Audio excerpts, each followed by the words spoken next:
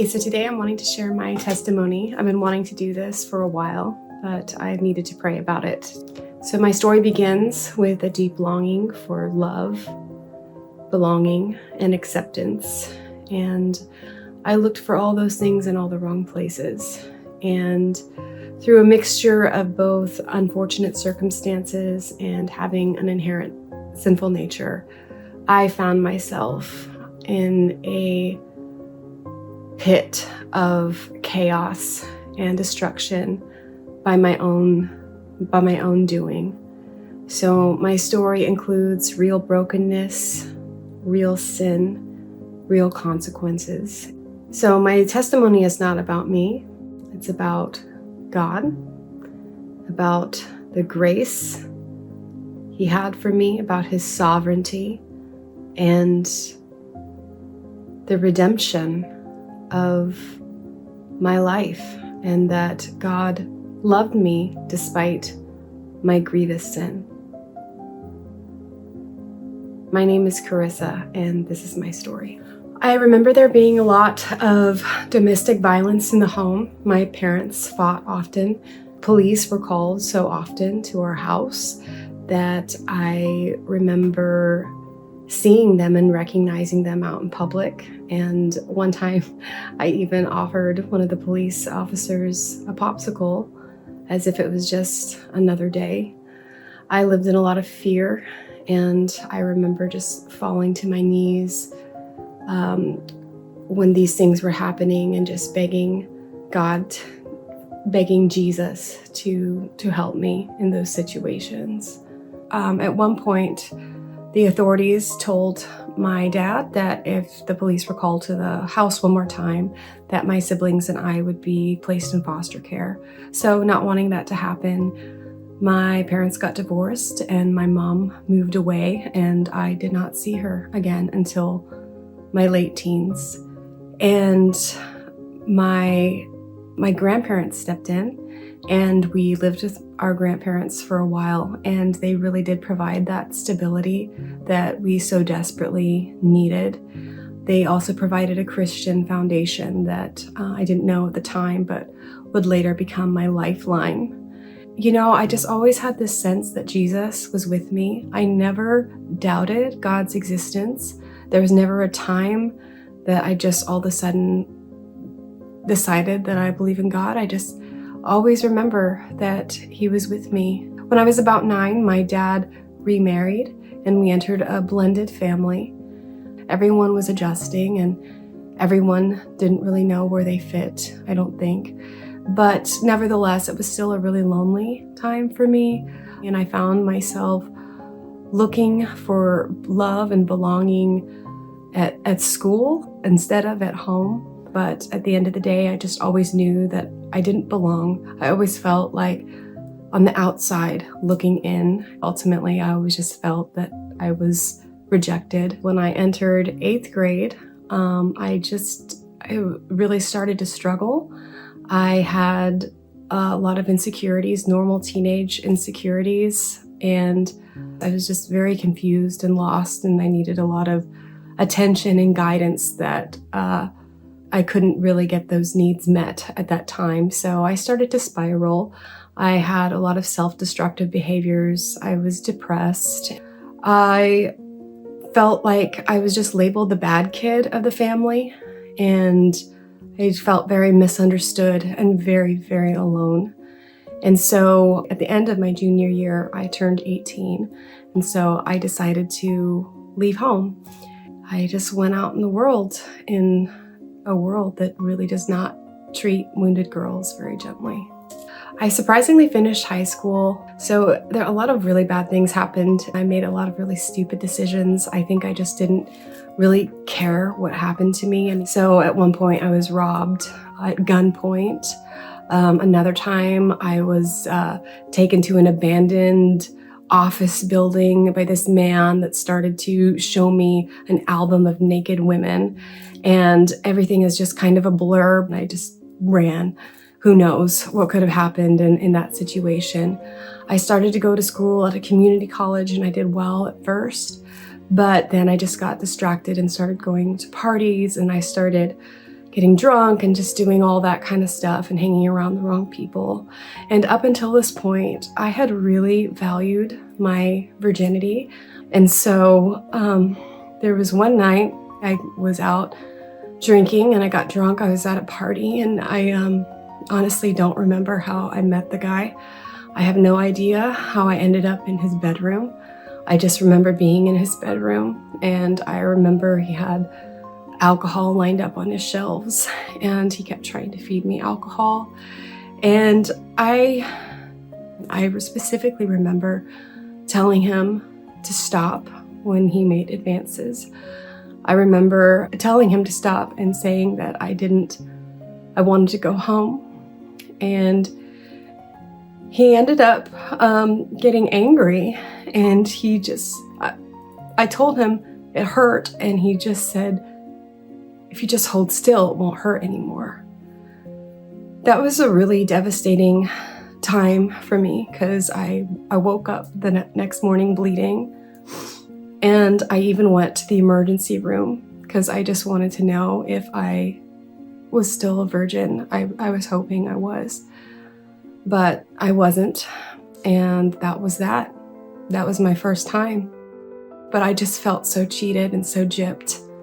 And it really set the tone for my life after that, because I already didn't have self-respect. After that, it was even less so.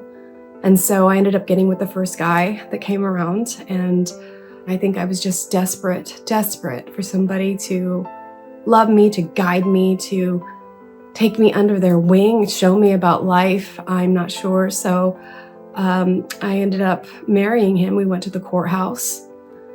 And after that, we went to Taco Bell. And I felt really sad. He would have a job, and then he would quit it, and then, do other things here and there. But I ended up working a lot to pay for our rent. When my husband did have a job, he ended up taking $1 million life insurance policy out on me. And he put me in a lot of really dangerous situations. And then there was another time when he got a call in the middle of the night from this girl. He ended up bringing her back to the house, and she had a baby. And she stayed for some time. And I soon found out that they had a sexual relationship. And I was just devastated. I mean, I remember just falling to the floor, just brokenhearted. I just couldn't believe that this was happening.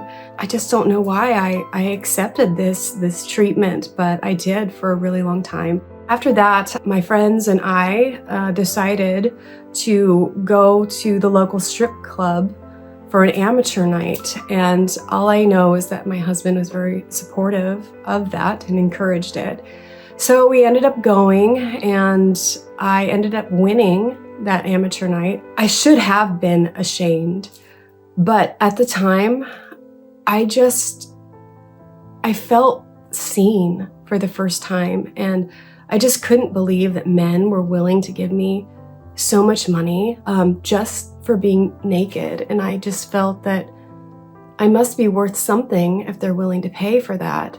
I finally decided that I was just done being treated the way I was treated, and I decided to end my marriage that I had, and I just left. I ended up working at the strip club for quite some time, actually, and in the beginning, I made quite a bit of money. I had a sense of innocence about me, just like I wasn't completely knowledgeable about how the world worked, and I was still very young. I really think that's why I made so much money, because I think men kind of sensed that. And I think they kind of liked being around me at first, because I think at first I was genuinely kind of nice at first, And but that didn't last very long. I soon became bitter and hardened. Making money soon became like pulling teeth, Along with the strip club and the money just came just a lot of the whole nightclub atmosphere. I ended up meeting an older man there at the strip club. His name is Rich. I ended up getting in a relationship with him. I had this developmental gap, that needed filled. I was emotionally stunted at maybe around 15 years old. I looked to older men to help fill that, I guess, parental need or whatever. So I dated him for a while. I ended up meeting a younger guy that worked at the gym. His name was Corey. And, I had never been in a normal relationship before. And so when I met this other guy, Corey, I really fell for him. It was supposed to start off as just something fun. But I also have to admit and say that I did cheat on Rich with Corey, and our relationship did not start off with integrity, and that was wrong. I wanted to be with him, but I kind of sensed that he was not the type of guy that would want to be with someone like me with all of my baggage, my trauma issues, my abandonment issues, my job, occupation, and just all my emotional immaturity. And so I started off lying to him really soon in the relationship. I presented my most attractive qualities while hiding my other qualities. And I was still in a relationship with Rich, and I made Corey believe that I had cut it off. I had every intention of cutting it off, and I tried to numerous times, actually. I had this very weird attachment to Rich. I also did not know how to live on my own, and I did not want to admit that to Corey. And so I was presenting myself to be all put together to Corey, at least trying to clean up my life over here. And it just got worse from there. It was during this time when Corey introduced me to his family. And I remember them just accepting me as their own. They gave me a place at their table. They considered me a part of their family. And that ignited a dream in me. And I just was so selfish, and I just wanted what I wanted. And I just thought, like, gosh, could I be that girl? Could I be chosen? Like, could I be this guy's wife? Am I good enough for that? I wanted that so bad. I lied even more. I knew I needed to leave Rich. And so I remember going to his house and telling him that it was over. He ended up getting on his knees, begging me not to leave, saying that he couldn't live without me, that he was gonna kill himself if I didn't stay. I wasn't strong enough. I should have just left, but I felt bad. I felt also very dependent on Rich. I lived at his house, and I just still tried to buy more time by continuing this lie. It seems that if he could marry me, then he's got me, and then I really can't go anywhere. And then I'm really like trapped in. But then also I ended up getting hooked on these pills, and he started supplying them to me. I ended up getting really addicted, and then I'm really trapped. And so I was a manipulator, a master manipulator, and I took advantage of the situation. And I just thought, if I married this guy, here we go on my second marriage, right? I mean, I didn't care about it. I didn't think it meant anything. I thought it was just a piece of paper if I didn't mean it. And so I wanted to use him for his medical insurance because I had none. I had no way to get help. And my brilliant plan was to marry this guy, go get help, and then go off and be with Corey and live happily ever after. The dumbest decision I ever could have made. my heart just sank, and I'm just, what have I done? And I'm still lying to this dear family, Corey and his family, and I was just unraveling. I wasn't eating. I was so sick. It was so obvious that I was so sick, and Corey could sense that something was desperately, desperately wrong with me, and I sensed him pulling away, and I started to panic, and I was just so desperate for him to stay. And it was such a dark, dark, terrible time for me. And Rich would tell me things like, if that family really knew who I was, that they would never be with me, that he's the only one who knows me, and he's still there for me. One time he put the muzzle of a gun at the back of my neck and asked me how it felt. He said he was joking, but I didn't take it as a joke. It was a really terrifying experience. He told me that if I died, he would bury me and nobody would ever find me. Like, I felt very, very trapped and very hopeless. And I was really, really afraid. Eventually, my life became utterly unbearable. The lies. I was just digging myself deeper and deeper in lies, and my addiction was worsening, and I was literally dying. And I tried to execute my plan of getting insurance, and I tried to go get help a couple times, but I always came back and I didn't really have a plan. I didn't have anyone I could confide in. I tried to move out of Rich's house, and I moved in with Corey at one point.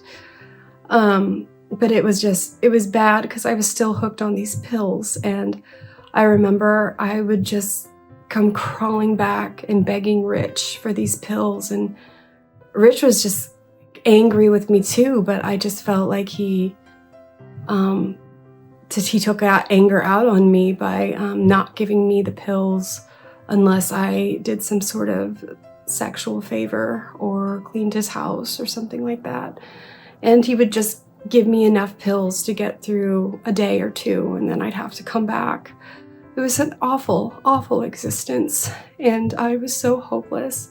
And I remember one time I was sitting at the kitchen table, and I had a gun in my hand, and I remembered Jesus, and I remember just whispering, Jesus, is it possible? Is it possible that you can save me? And, you know, it wasn't like a thunder from heaven. It wasn't anything crazy, but I felt that still small voice inside me. It just says, I'm here. I'm here. I know your mess. I know how deep you've gotten yourself in. And if you just trust me, I can help you. I can help you. God just step by step provided a way out. And he used my sister. I told her about my problems that I was having, and she helped me get to a place called Mercy Ministries. And it was a place for young women with all kinds of problems. And amazingly, it was completely free. I was able to get to that place. I had gone through my withdrawal from the pills that I was on, and I was just like a little baby deer trying to walk again. And they taught us the Word of God day in and day out. The hardest part about that was telling Corey the truth about what I had done, about lying to him and his family about everything that I was, and also lying about my marriage to Rich. I was hopeful that he would forgive me and be with me. He had every right to walk away. But nevertheless, it was devastating to me. And I think what makes it worse is that I felt that I deserved it. I deserved to feel that and deserved to watch him move on and have the life that I had fought so hard and wanted so bad. It kind of made me go into a tailspin, and that's all my responsibility. When I left Mercy Ministries, I ended up going to live with some Mennonites. They were so kind to me. Those people were very, very good. But I don't think that they were really equipped to deal with someone like me. And so they didn't really know what to do with me. I couldn't live with them forever. And I made a very, very poor decision to go back to where Rich and Corey was. And I had this whole plan that I was just going to show up at Corey's house with his family because I guess I wanted closure. I guess I wasn't okay with just never seeing them again. And instead of asking if I could, I just showed up, and it was a total fail. It was terrible. Everything bad that could happen happened, and they kind of told me like, hey, he's moved on. You need to too. And so here I was back in that place that I had all those problems, and I was not strong enough to resist going back to Rich, who was the only familiar thing that I knew. So I started talking to him again, and everything in me told me, if you go back to him, you will die. You will die. So I made this crazy decision to walk into a recruiter's office, and I ended up joining the Marine Corps. You know, I didn't think I could do it at all, but I was amazed that I got in, and I went off to boot camp. And honestly, you know, boot camp was the best thing for me. It really helped me grow up. It taught me discipline. It taught me humility. I just had to grit my teeth regardless of all the hard things that I had gone through, and get through it. And you know, when I walked across that parade deck, I had so much pride in what I had done. It was the first time I felt accomplished, and the first time I felt I did something honorable on my own. And I was just amazed that just a little over a year before, I had been on literally death's doorstep. And now I had become a United States Marine. Shortly after that, you know, this is another part of my story that's really hard for me to tell. You know, I would like to say that after I left Mercy Ministries, that I was a completely changed woman and I walked so closely with God. But that was not true. I started to wander from God, and I ended up doing things that I am really ashamed of. I got involved with a couple of married men. I still manipulated men. I just used them for attention. I feel really bad and guilty about that, and I'm sorry to those, I'm sorry to the wives of those men. Finally, in around 2016, I actually really did have my Psalm 51 moment of, against you and you only have I sinned, God. And, you know, I realized at that point that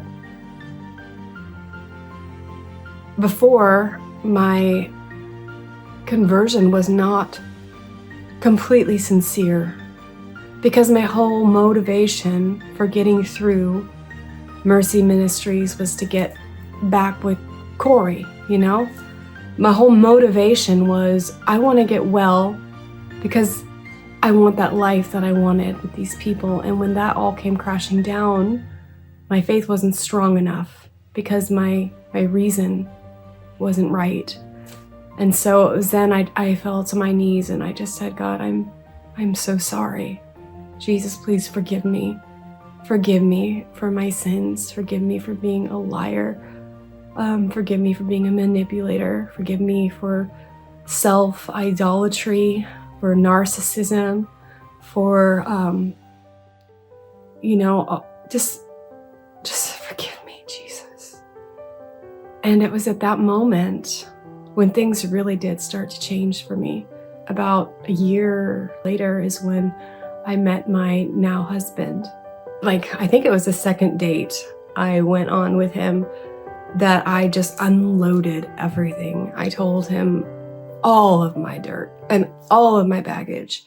And my reason for doing that was I didn't want to fall in love with him first and then he find out all that bad stuff about me and leave. So I just thought I would present it before I ever got attached. And not too long after that, we got married, and we've grown so much spiritually.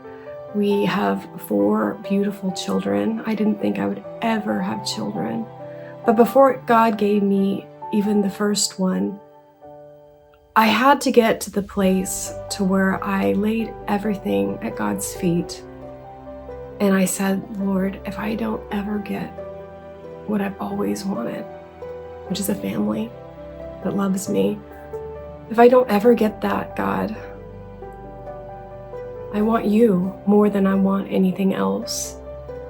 And I had to get to that place. And not only did he give me 1, he gave me 4.